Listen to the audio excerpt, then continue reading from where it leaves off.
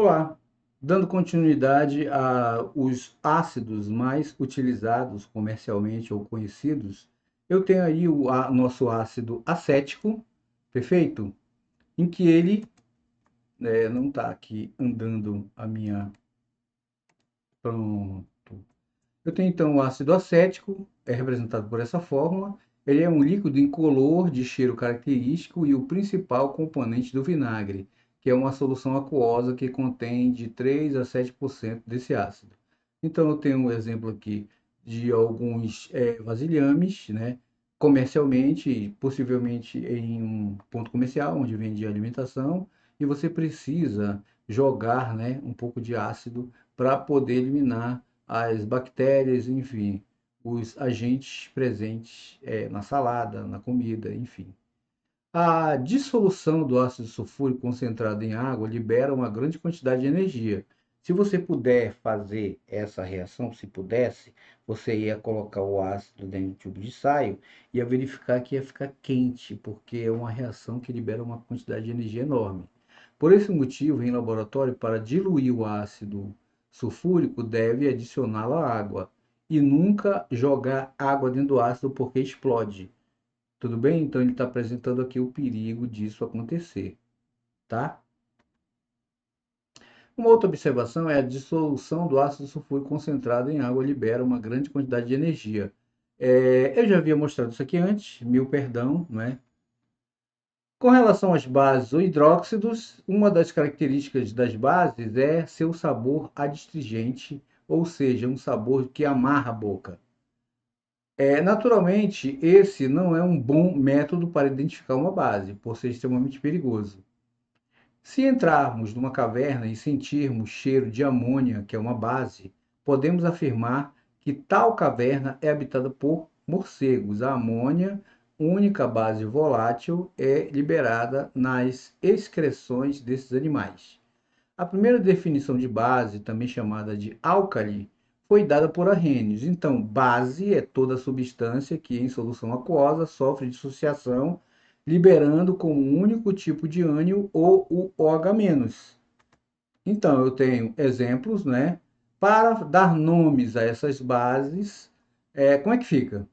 Então, eu tenho assim, hidróxido de e o nome do cátion. Geralmente é um metal, então será assim. Exemplos: hidróxido de sódio. O cátion, quem é? O sódio. O ânion, quem é? O íon OH+, que vai ser produzido. Aí, então, a junção dos dois, NaOH, produz o NaOH. Aqui, hidróxido de cálcio. Cálcio, 2 mais o íon, o ânion é o OH-, que é o hidróxido.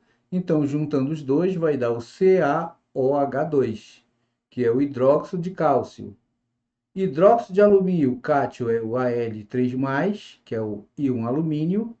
E o ânion é o COH-, que é o hidróxido. Então, reunindo os dois, eu vou ter o AlOH3. Perfeito? Quando o mesmo elemento forma cátions com diferente eletrovalência, diferentes cargas, acrescenta-se ao final do nome, em algarismo romano, o número de carga do íon. Outra maneira de dar nome é acrescentar o sufixo oso, ou o íon de menor carga, e ico ao íon de maior carga. Vamos ver esses exemplos? Então, para o ferro, quando ele forma o hidróxido de ferro, olha lá, o número de oxidação dele é 2+, então vai ficar hidróxido de ferro 2, ou hidróxido ferroso. Ferroso porque ele tem a quantidade de oxigênio menor do que esse aqui. Ó. Esse aqui tem 3, esse aqui tem 2. Tudo bem? Então, para o outro, com a carga 3+, eu tenho FeOH3. Então vai ficar hidróxido de ferro 3, porque o número de oxidação é 3. Tudo bem? Ou hidróxido férrico. Maior quantidade de oxigênio, terminação ico. Menor quantidade de oxigênio, terminação oso. Perfeito? A classificação das bases ela vai ficar assim, ó. É de acordo com o número de oxila, a solubilidade e a força ou grau de dissociação da base. Perfeito?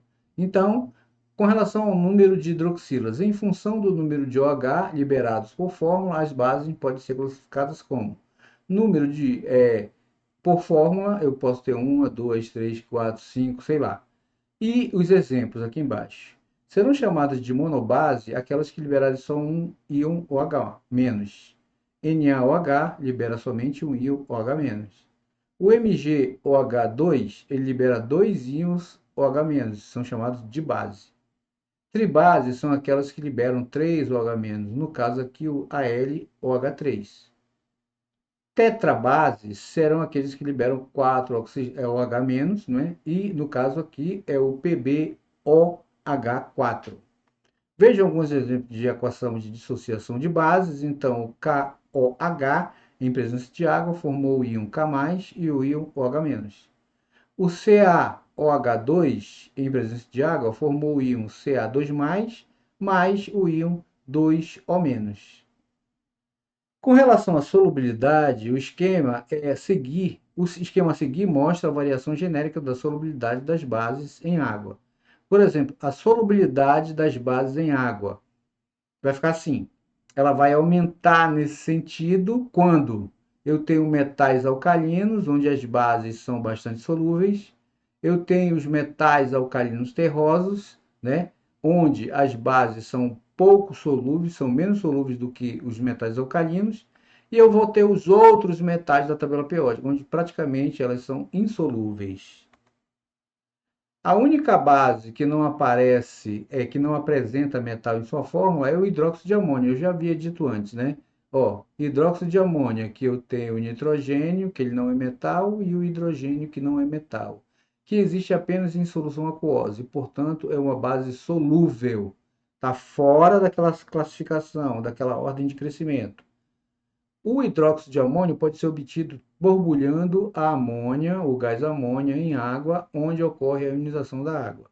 Então, eu tenho amônia em presença de água produzindo o hidróxido de amônio, que ao mesmo tempo, como está em presença de água, ele vai dissociar em OH- e o íon NH4+. As bases BO, OH2 e MgOH2, por apresentarem solubilidade muito pequena, são consideradas praticamente insolúveis. Com relação à força ou grau de dissociação, a força das bases pode ser relacionada com a sua solubilidade, ou seja, quanto maior for a solubilidade de uma base, maior será o seu grau de dissociação e ela será considerada uma base forte. No entanto, se a base for pouco solúvel, o seu grau de dissociação será menor e ela será considerada uma base fraca. Então, solução base, elevado grau de dissociação, base fortes, vai dar bons eletrólitos. Base praticamente insolúvel, baixo grau de dissociação, base fraca, então vai dar maus eletrólitos. O hidróxido de amônio, o nosso caso novamente, que é uma base proveniente de substâncias moleculares, a amônia NH3, e não é metal, contraria essa regra, pois, embora se dissolva facilmente em água, ela apresenta um grau de ionização muito pequeno. Logo, o hidróxido de amônio é a única base solúvel e fraca, contrariando todos os conceitos anteriores. Perfeito? Assim temos bases fortes: hidróxido de lítio, hidróxido de sódio, hidróxido de potássio, hidróxido de rubídio, hidróxido de césio, hidróxido de cálcio, hidróxido de estrôncio, hidróxido de bário. Bases fracas: então somente o NH4OH e as bases dos demais metais da tabela periódica.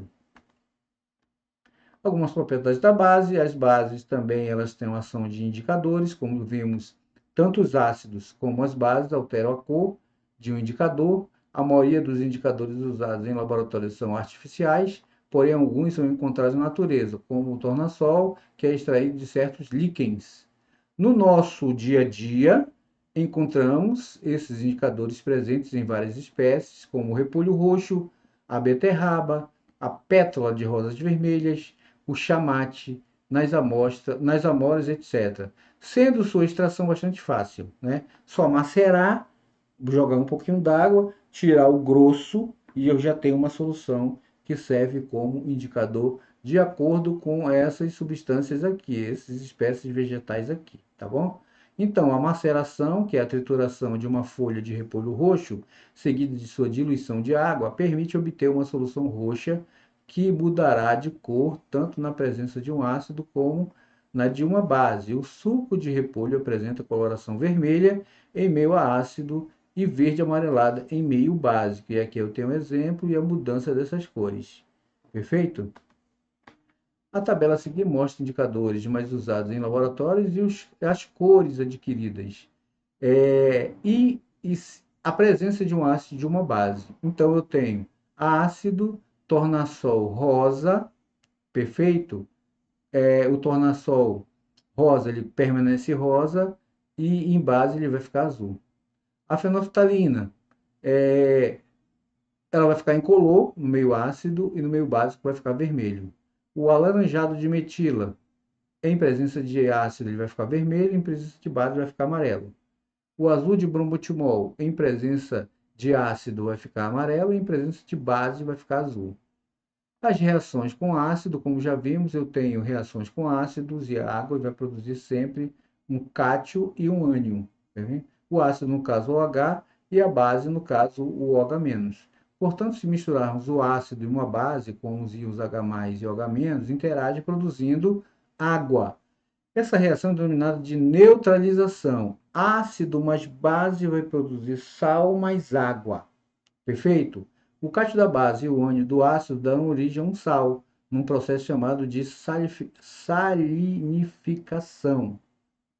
Uma das substâncias usadas para combater a azia é o ácido clorídrico, é o leite de magnésio. Então, quando estamos com azia, é porque o nosso estômago produziu em excesso o ácido clorídrico e a gente tem que tomar um antiácido, no caso é uma base, para poder neutralizar os efeitos do estômago. Tudo bem? Então, eu tenho aqui as bases com as suas principais aplicações, mas isso é uma conversa que nós teremos na próxima aula. Desejo a todos bons estudos e até o nosso próximo encontro. Obrigado.